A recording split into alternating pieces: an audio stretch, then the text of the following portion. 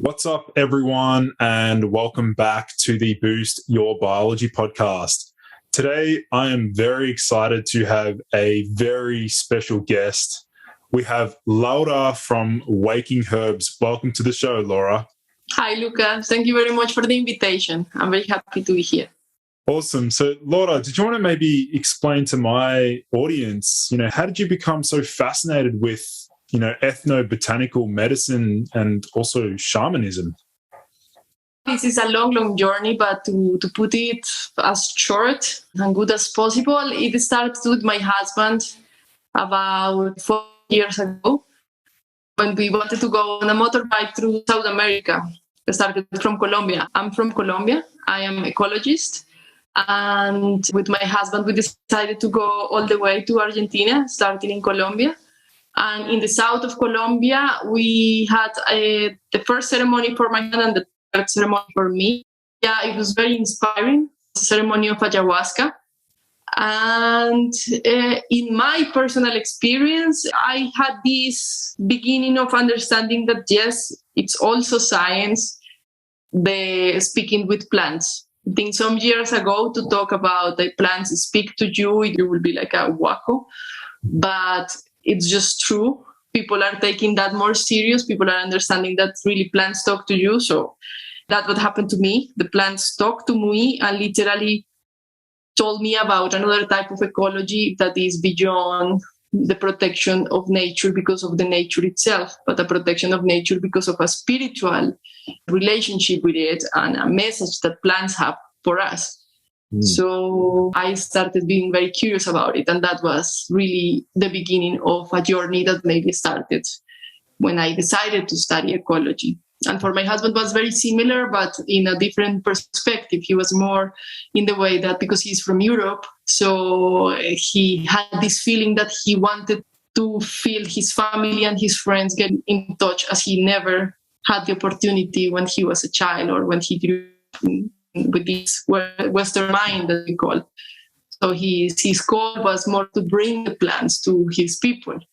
So that was the mix of the project. And we started our journey and we ended up in Ecuador. And actually we never left Ecuador. Now we have a family of 5 and a beautiful land and a reserve that we are now protecting and doing a lot of reforestation and our project with Waking Herbs, which is basically, to summarize it very short, was that message of the plants. For me, it is speaking with them, if possible, and trying to open up for them, and for my trying to bring them to his word.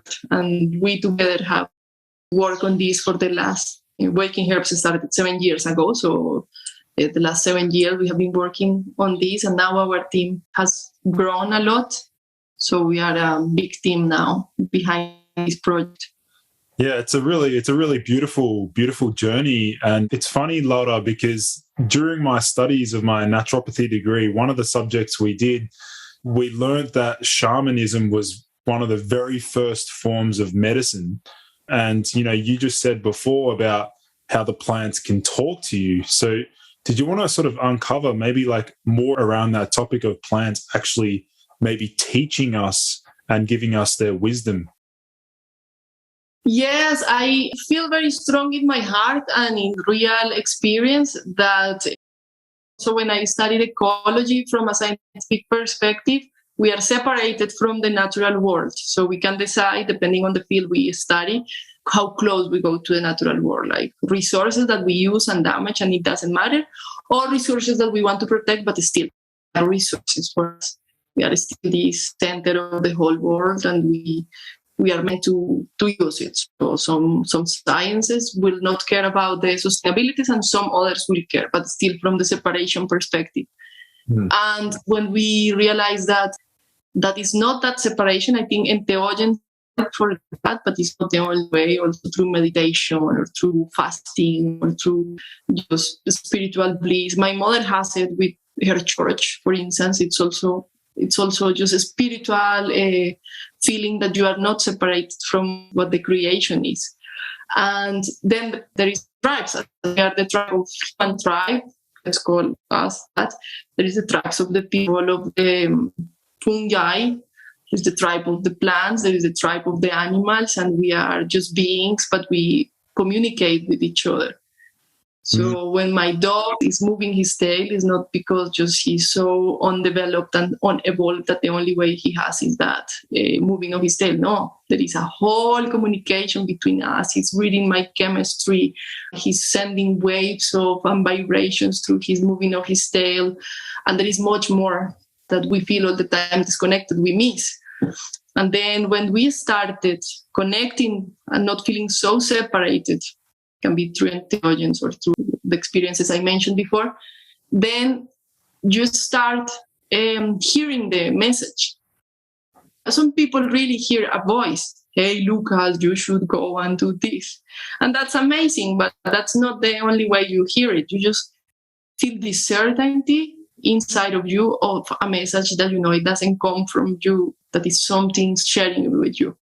And that happens with the plants. And for instance, in my personal experience, when I was 4 years old, and a spider talked to me. So there was this spider in the house, and I wanted to kill it. And I remember very clear, the spider said something like, "Why are you going to kill me?" I said, because you are making everything dusty and it looks ugly," something like that in my own words. And she said, "Yeah, but this is my house also." It was very simple, and I am 100% sure this message didn't come from me. It came from outside, and I felt ashamed to do that to the spider. That was my first connection, I remember, with the natural world, in which I felt I was not separated, as they are telling me I was. And with the plants specifically, during the Ayahuasca ceremony, she talks a lot to you through your center, and basically tells you of things you feel you already know, because we all have access to the same type of information. We all share the same information in our genes. We come from the same elements of the earth, and there is a lot of communication going on there. So we have access to that. Now I have a beautiful garden, and the garden has me. So because it's not that he's my garden, we owe each other. And I do feel when I walk, this plant is not doing well. And then I look, and yes, she's not doing well because something is on top. And you start feeling this type of things. And it goes really deep with the pregnancy I had, that it was in my garden. And these 9 months I kept walking in my garden. I kept receiving messages from these flowers, for instance, on what to bathe myself with. Because I collected flowers from the forest to make baths for myself, and there was plants that said, no, this one should not go there in your bath. So then I didn't take it, which is the chiriguayusa, that known by the indigenous as chiriguayusa, which is Brunfelsia grandiflora. And then I asked the indigenous friend, should I use the flower for bathing? And she said, no, because this gives you chills, will not be good for your pregnancy. But I didn't have that information. There was not a teacher who taught me that.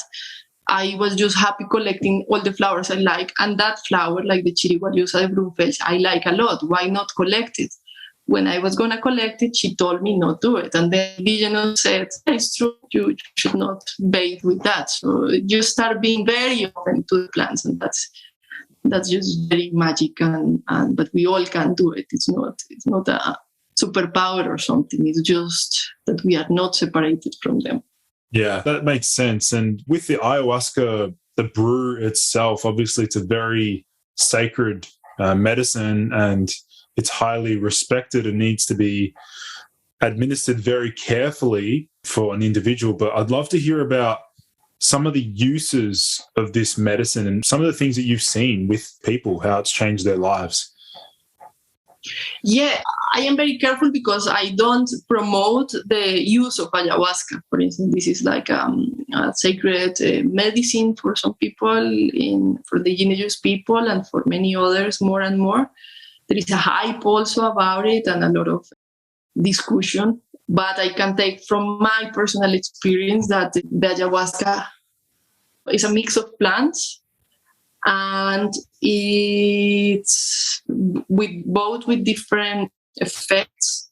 For the indigenous traditions, it's used for everything. Can be used for divination, for healing of physical sicknesses or healing of bad energies around you. And there is a lot of research done. I started with anthropologists first, thinking like, what is this? And more from the anthropologist perspective, like a sacrament and some weird traditions from indigenous.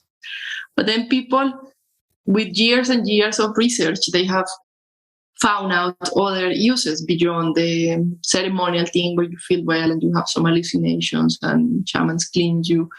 There is now very consistent. You can use in Google Scholar, if you type ayahuasca, you find a lot of very serious articles that study different effects, especially on the brain and on the helping of healing different psychological sicknesses or things like depression, Parkinson. There are many studies, especially Google Scholar, you will find many studies on Parkinson because it resets the brain. So that's what it does. And the main ingredient of the ayahuasca is the Banisteriopsis caapi. And that contains 4 types of harmalinas, which before, some years ago, were called telepatinas because of the telepathy properties they gave to people. And now they changed it to another name that is called harmalas and harmalines. But this telepatina name is very interesting because it tells you that something weird happened in the brain because it comes from a name that I can talk to you by our telepathy. And yes, it happens. It happens also. So this is one of the plants that fascinated me the most from ecological, from anthropological perspective, but also from my own spiritual path. It is like the plant I love the most, I would say. But I love all the plants, but yeah, it's crazy magic. Also, when you use the Banisteriopsis caapi alone, it doesn't have any hallucinogenic effect, and it is not forbidden in 98% of the countries. Just in the countries where harmalas are forbidden. So it's a plant that doesn't have hallucinogenic effects that in some countries or in some contexts I would not be comfortable to talk about. That's why we don't promote ayahuasca, because it's not legal everywhere. But we have been researching and experiencing a lot with this Banisteriopsis caapi plant. And most of our reforestation program in the jungle has been done with this plant. So we have planted more than 10,000 Banisteriopsis caapi that are also called ayahuasca vine, but it's one ingredient of the brew. And in terms of the way that the medicine is administered, is it only administered in a hot liquid beverage, or can be used as a paste, or how is it used? In the traditional settings, for instance, in the tribes of the Amazonas, but also religions like Santo Daime in Brazil use it. It is a brew. The thickness of it will change among the brewers, but basically it's a somehow thick brown beverage with not such a nice taste. Like actually that really not nice taste if I think about it. Is it very bitter, very strong bitter flavor, or?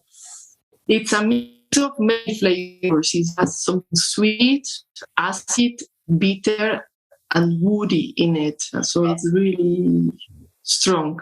But it's very important, those tastes, because your tongue has all these tastes. It carries to different organs. For instance, when it's very bitter, it goes to the liver and it starts acting. So your own body knows about it. So when you already have had ceremonies, for instance, the first time it's normal that it tastes sweet. It doesn't taste so bad.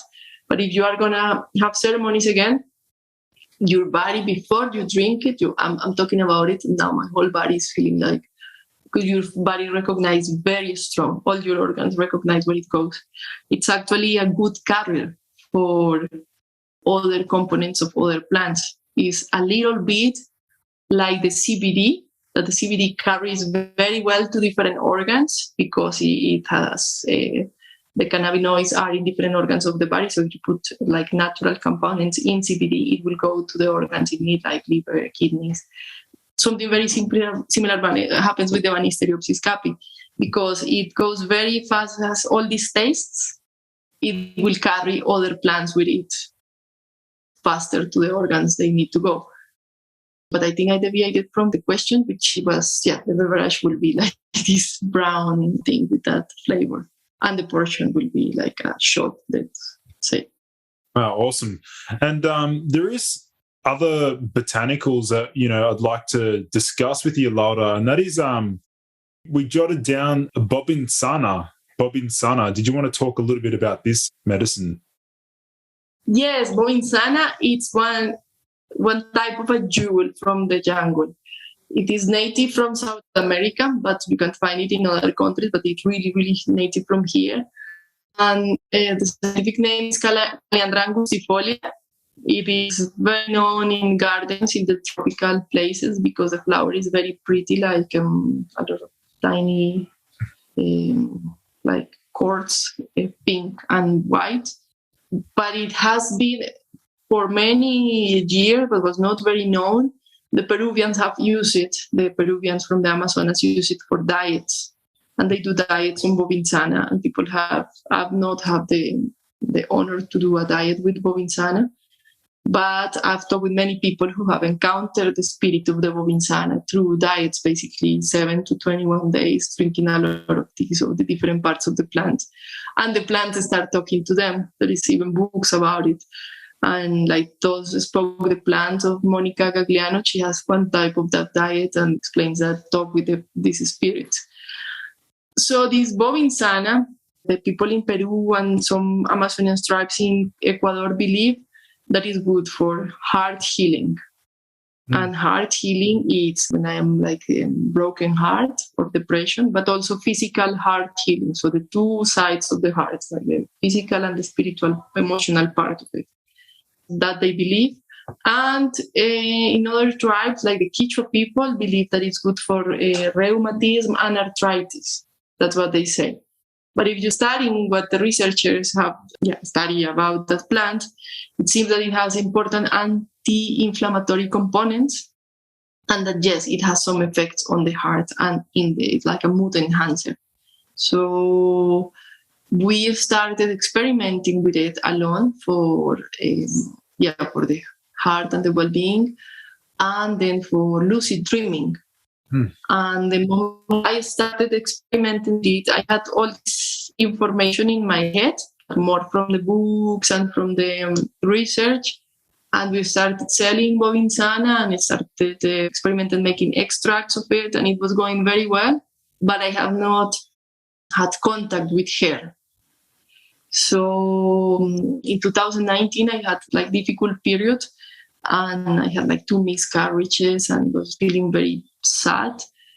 And because of the medicinal, I'm okay to deal with sadness in a way, like I can embrace it and don't be afraid of it. But from some medical procedures that were done not good to me with oxytocin and some chemicals that I didn't request and were not necessary and were shot like very high on me, I had after operation, let's call it, like a downturn too low, which I knew in my head. I knew, okay, I know I can be sad and recognize the sadness, but this is really a chemical in my brain that is not connecting, because it was far the way the sadness I could understand from myself. It was really something because the oxytocin level when my brain plus my hormones went crazy.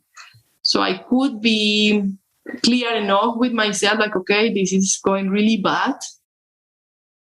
But I didn't have tools to deal with it, although I understood it. It was like I was in the bottom of a tunnel and I could see the reality out there, but I could not grasp something to go up. But I knew the way. It's up there. My family is there. My 2 sons are there. The sunlight is there. They are laughing. I could see. I could smile at them, but I am far. But I knew it was, the connections. So one day at 5 a.m, I said, okay, I believe that the plants talk, so I will ask help from the plants, because I live in the forest, very inside, so I could not go to a psychologist in the next block or something. And one of the first plants I went to, because I knew about this heartbroken effect, was the Bobinsana. And the Bobinsana told me to take 13 flowers for the 13 weeks I was pregnant. And I took 13 flowers and put it in the brew I made, and I bathed with it and I drank it. And then I felt I had to go to talk with a tree, which is a copal tree. And I really feel this message that I had to go in the lagoon at 3 in the morning. So I went in the lagoon at 3 in the morning next day. And I did a kind of procedure that it didn't come from something I read or something. It was really started with the Bobinsana, with the message, and my heart started feeling much better. That sadness started like going through the body, not stuck in my head. And I could come back more fresh. It took me 3 days when I was already I was 12 days doing very bad. And it took me 3 days to recover. And it started with the Bobinsana. So it's really, and since then I'm like completely fan of the Bobinsana. We are doing this extract, which is Banisteriopsis capi with the Calandria angustifolia. And I'm experimenting with it, a very small dose every day. It doesn't have any psychoactive effect. It doesn't have any weird effect. You just feel really good. That's my personal really take on it, and I really can feel it. It's just that the plants need some time. Maybe if you take it the first time, it's like, okay, it's just a plant. Like when you take a tea, it's okay, but it's not that deep. But if you take it consciently and you meditate and you take 1, 2, 3 days, it starts going everywhere, and you start being more sensitive to it. Without paying too much mind to it, of course. You really feel it. So that is my experience with that mix, and I feel it's amazing. We also have other mixes with Banisteriopsis capi, and each one has its own cold. But Bobinsana is really hard cold. Yeah, it sounds like Bobinsana has a very special spot in your heart. You know, it's almost like a medicine that you'll always remember as something there to nurture you, you know, during a really difficult period of your life. What I'd love to discuss as well, Laura, is Chuchuhuasi, because this one here I've personally researched many, many years ago when I was looking into some South American herbs, and Chuchuhuasi popped up as like a male tonic or male aphrodisiac. So do you want to talk a little bit more about Chuchuhuasi? Yes, in the jungle they use it as a tonic. So tonics are things that some medicines is something that you take for a small period of time and they heal something. But tonic is something you make and you will drink for long periods of time or forever, and it just heals everywhere in a way, like it tonifies your system inside. So Chuchuhuasi is a tonic, and it's believed to be a tonic for it's most sold in Peru for a tonic of the reproductive system of the men, aphrodisiac for men. But actually, because we are so close related, women, we also even have a prostate that they call it different, but we are so close related because when we are babies in the womb, our system is exactly the same. They just separate and one elongates and then go inside, but it's very similar. So it's also very good for the reproductive system of women. And it's aphrodisiac because it is very good for circulation, like ginger. So it's actually that's the main reason for the aphrodisiac part of it. But the most interesting, the aphrodisiac effect, of course, is very interesting. But another very interesting effect is the anti-inflammatory.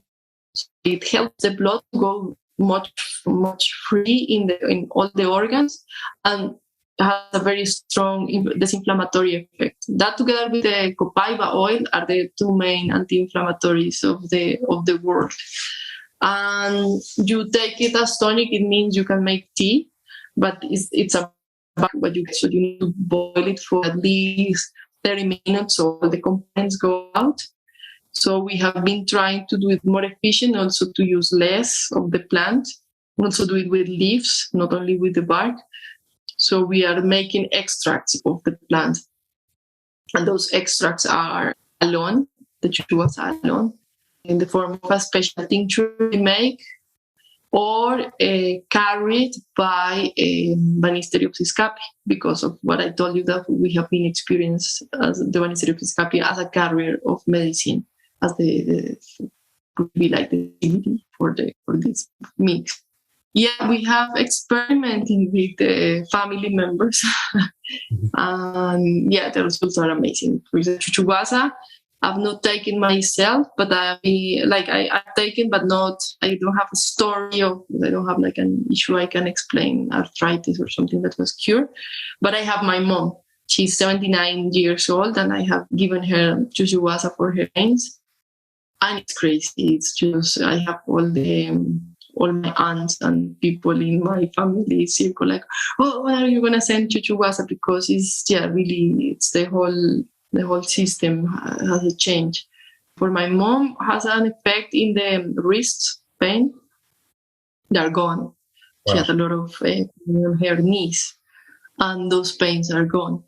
And for some family members, women family members, for the reproductive system, really for endometriosis. When women have like crazy cramps during the period, it's crazy because that's an inflammation and that creates pain. All pain comes from inflammation.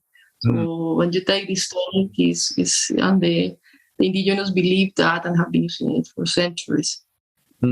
It's interesting because that herb there, it sounds quite similar to Uncaria tomentosa or uno di gato, cat's claw, because cat's claw is also used, and we learned in our school as like an immunomodulator, so helping with the immune system and possessing powerful anti-inflammatory effects. So maybe did you want to talk a little bit more about, Uncaria tomentosa or cat's claw?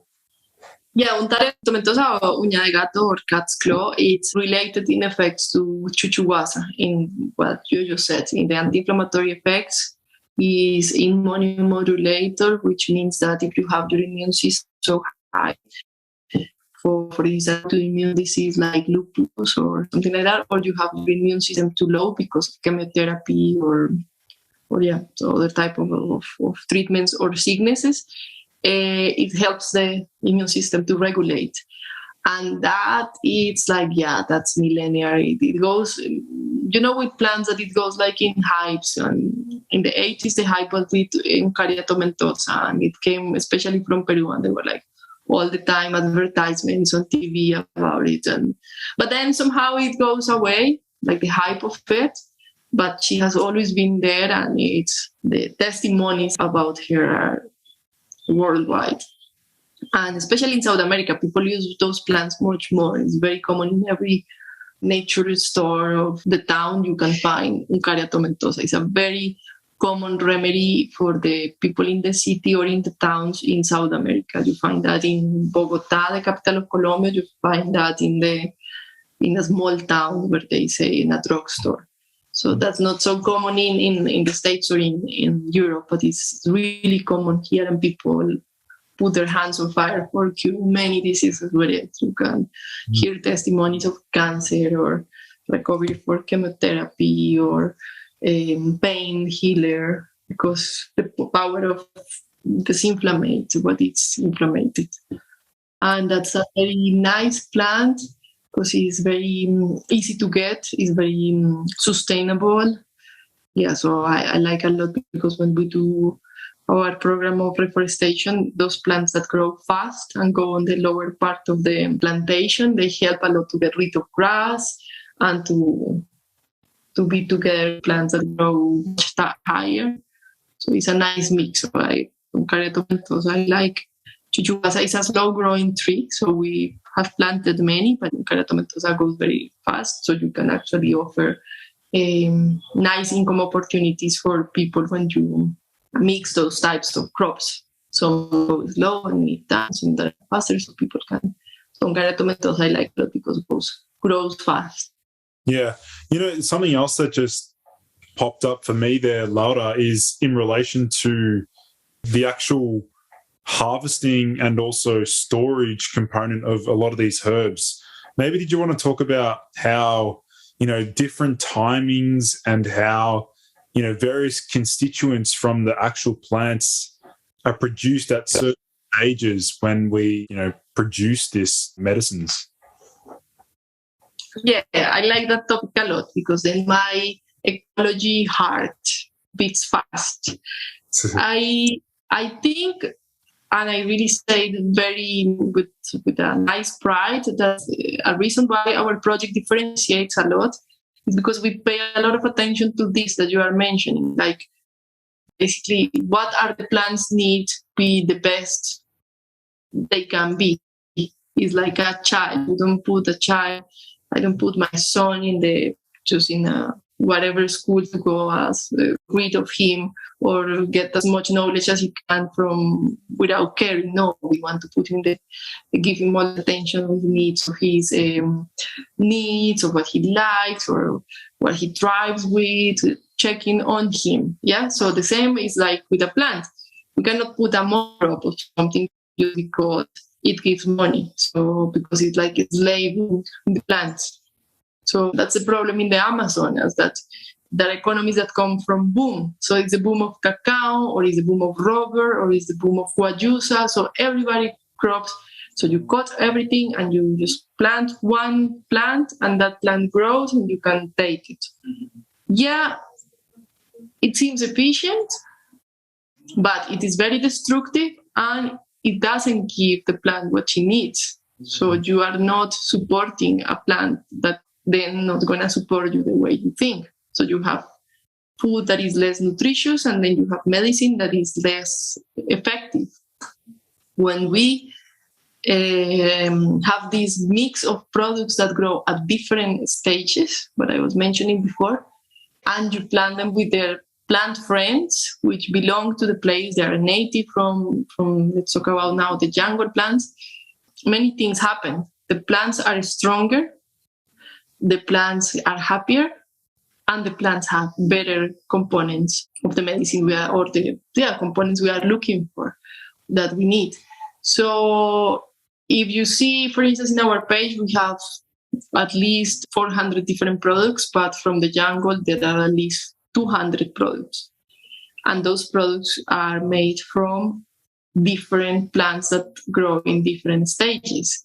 So, well, for instance, to explain you the reforestation thing we do with the communities and in our land, these medicinal plants. Some lands that we have worked with have been cow lands. So they have a lot of grass. To get rid of the grass is very difficult. If you want to plant trees take very long to grow. So how do you convince a community to plant if you will harvest in 5 to 10 years? So what we do is a mix of plants that grow very fast and plants that grow very slow, and they are all friends. So it's like faking is a technology we didn't invent. It's a syntropic agriculture where you fake forests as fast as possible. So you plant things that go at the bottom of the soil, so enrich the soil, like cat's claw and others that bushes that grow fast and enrich the soil and kind of kill the grass. Trees that grow very fast, which are called pioneers, what they do is that they give the idea of a forest because they grow and they make a canopy. Those are the guava tree, dragon's blood. Those are trees that in 2 years you have a tree that looks like a forest tree. And we have trees that are like chuchuhuasa and some wood trees, very special, that they grow in maybe 20, 30 years. Mulungo, that's we use a lot for sleeping problems and depression. So what happens is that these trees are nurtured. The slow-growing trees are nurtured by the leaves of the fast-growing trees. So the soil is recovering, plus the abundance we make, but soil is recovering faster. And in 1 or 2 years, you have a place that used to be a cow land. It was only flat for grass. In 1 year, you already have 3 strata of plants from which all you can take the leaves to make ash for the rapé, the cat's claw that is already there, and you can harvest the chacruna that just needs 2 years. The dragon's blood needs 3 years, and in 5 years already the Banisteriopsis capi, and in 10 years the chuchuhuas and the others. So we believe it's very good system. We also have cacao in between, and the taste of the fruits and the taste of the effects of also, for instance, the ayahuasca is very different than when it's planted in open lands. And take that into account is very important. So we believe that if we want to work for life, we need to work for diversity. And diversity is also not only one plant, but work with many of them. And bovinsans, of course, are planted. So, yeah.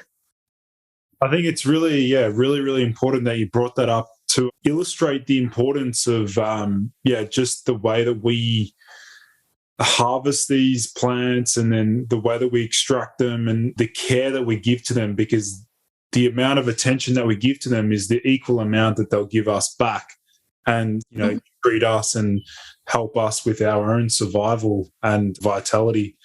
I'd love to touch on Guayusa tea as a Guayusa, yes, as a energizing tea for most of us. I'm drinking now some here. Nice.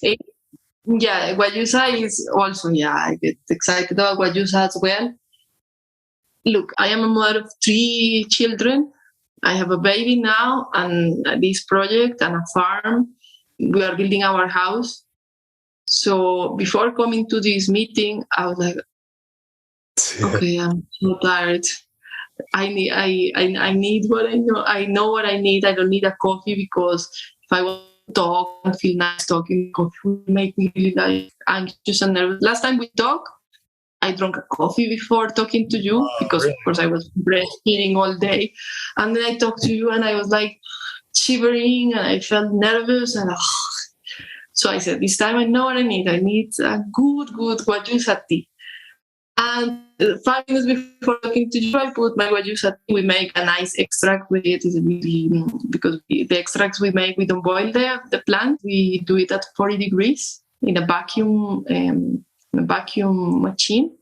So when you have the water vacuum, the boiling, the boiling temperature, the evaporation temperature is not 100 degrees. It could be 30 to 40 degrees. Wow. So it's like you're extracting, you are boiling it, like evaporating it at 40 degrees. So you have a raw extract and it goes very slow.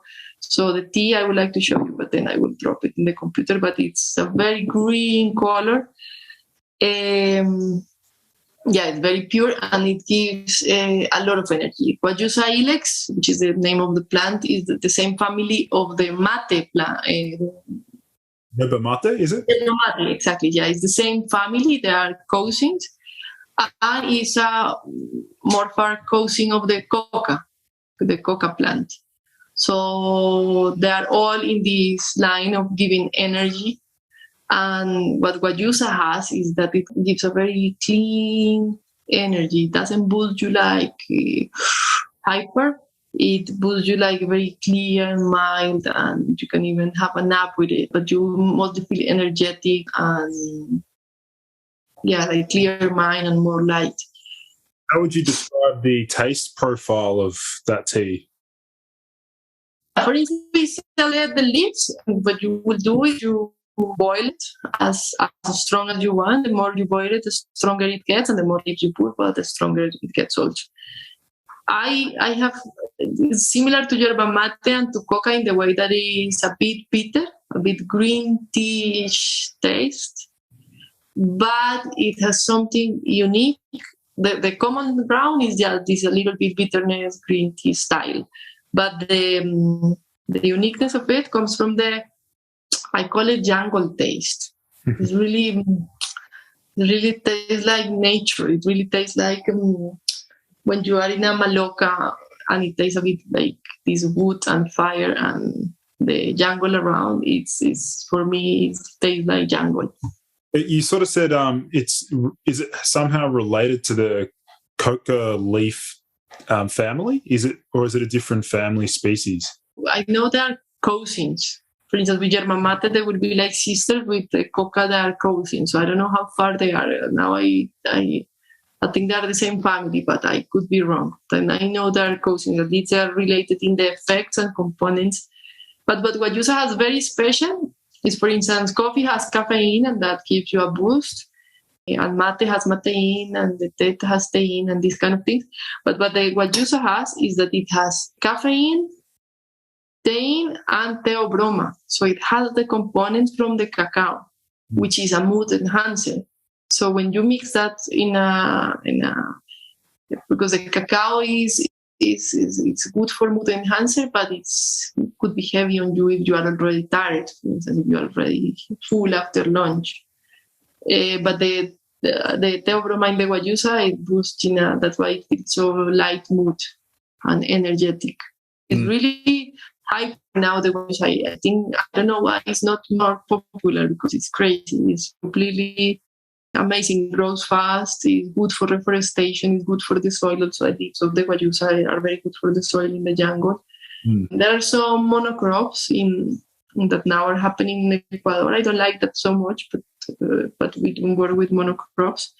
But yeah, it's very good. In our land, we have a lot of guayusa, and you can pick the leaves. Some people have the leaves fresh, and the effect is less mild, more mild. When you dry them, they have a stronger taste. The extract.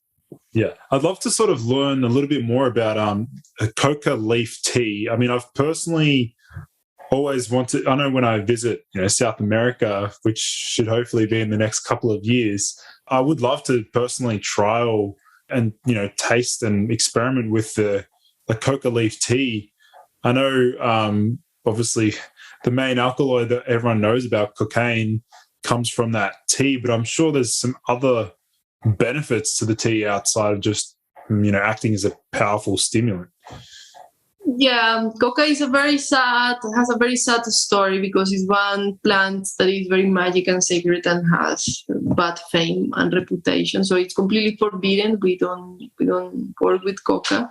You cannot send it or carry it in the plane. Even the leaf is completely, the leaf of the coca is to the cocaine as the grape is to the wine. Yeah. Completely far in the process. So it's really far in the process. I could have a whole bag of coca leaves in my bag, and that doesn't make any, will not make any for the bag that the government's looking for.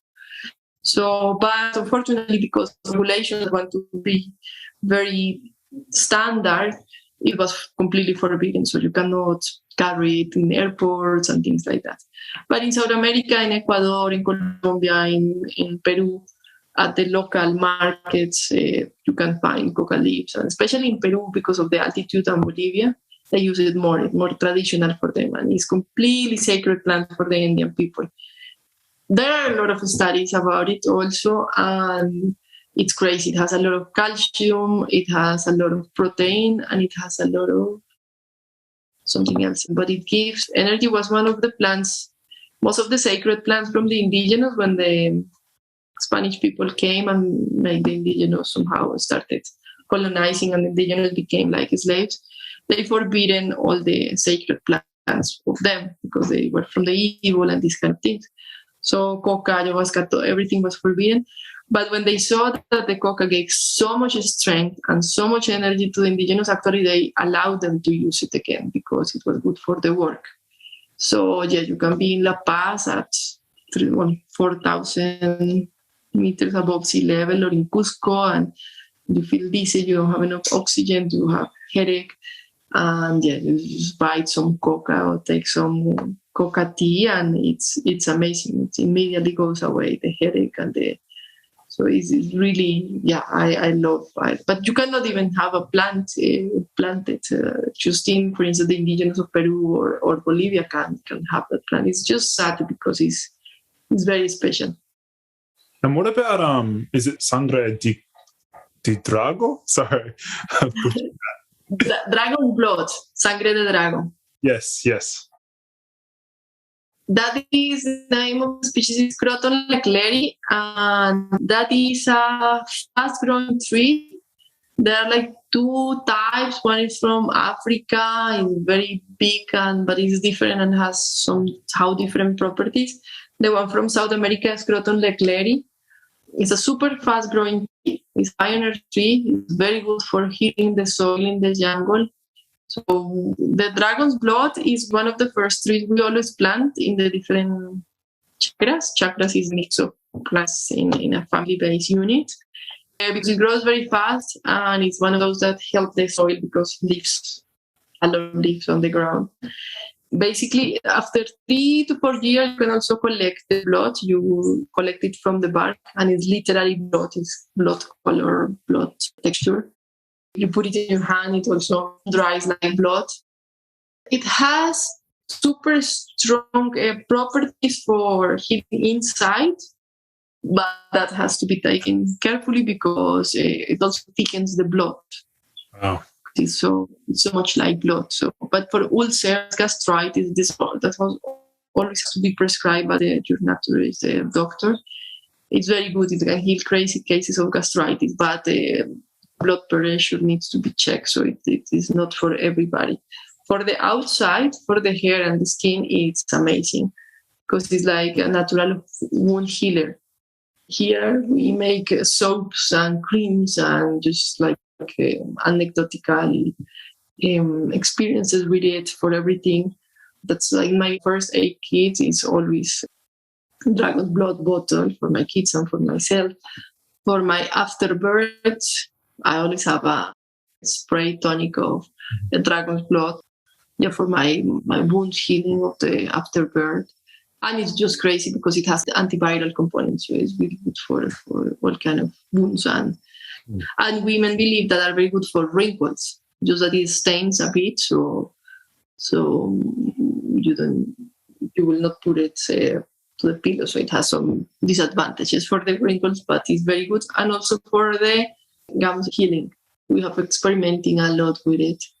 After my personal experience, but with many friends. After my second baby, I had a gum problem. It's very common in some mothers. And I got cured with it. It's like it helps restore the gums. So there are so many things that plants do that, you just start experimenting and they will show you the way. But there is a lot of property in that tree. Yeah, that's something that always really excited me a lot about medicinal herbs and medicinal plants is their applicability, not only orally, but then topically, using them in other contexts, healing wounds and things like that. I really would love to dive into, with our last topic, diving into microdosing various herbals and various plants, because if you look in the US, Silicon Valley and some places where there's, high performing entrepreneurs, and there's a lot of talk around microdosing psychedelics and things like that. But, let's get a discussion going around, microdosing various botanicals. Yeah, what happens with microdosing is very interesting because it is like taking a little bit of what is hype now with the Silicon Valley about the mushrooms and stuff, taking a little bit, not having the whole experience, but just a little bit every day or for certain days. It's similar to making a diet or to making a fasting. You basically reset the body. If you take a crazy amount of, whatever medicinal plant or homeopathic remedy or whatever you are treating yourself with, crazy amount today, I could or could not feel, may or may not feel effects. But that's it. The body takes it or not takes it, that's it. But when I take every day a little bit, the body starts recognizing it. And the organs start recognizing, because our body is super smart. We put something in our mouth. If I eat a candy today, I don't get fat from it. But if I eat candies every day for long periods of time together with a lot of fried stuff, I will start gaining weight. So it's not the first candy I ate 3 months ago. It's how the body is resetting for the type of activity I'm doing, plus the candies I'm eating and the unbalance. Let's say I'm gaining weight for unbalanced diets. But the same happens the other way around with good things like medicinal things. So my body needs time to reset. Oh, she is taking this. Okay, Maybe the first day it processes because it's tiny dose, it processes outside. But some cells that they have receptors for that component or the cells of the organ where it works, get like, oh, this is something. Oh, that goes, wait, this is something again. And then they're very smart and they communicate and they start being more receptive to that component. And that's what I was saying with the bitter taste in the mouth. A medicine that is bitter, the first time I drink that tonic, well, with a shot of that tonic, nothing different is going to happen with my body. But with every day taking it, the whole body recognizes, oh, it's bitter. So the liver immediately gets like, oh, well, it's a call for me. So then when I drink it, like the organs send it where it has to go. Or it's for the brain. So it starts, so microdosing starts working the same way as tonic. It's tonifying inside and giving the signal to your body that I'm giving this to you, and take it. And also you know what are you taking it for. I want more energy. I want to feel more healthy. I want to lose weight. And your body also listens to that. So it's a whole ritual. I think microdosing is unfolding magic in itself because of that. And with the entheogens, the psychoactive is by giving the brain some resetting. So the things start connecting in different ways inside, and you start seeing things.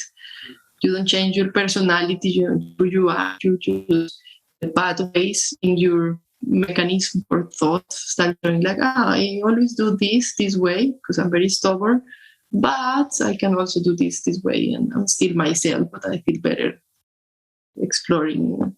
So it shouldn't be as scary because I'm going to change who I am. No, I'm enhancing who I am already and the options I have already in the way my brain is construct. So it just resets the pathways inside of the brain and the types of psychoactives, but it resets also pathways in the organism.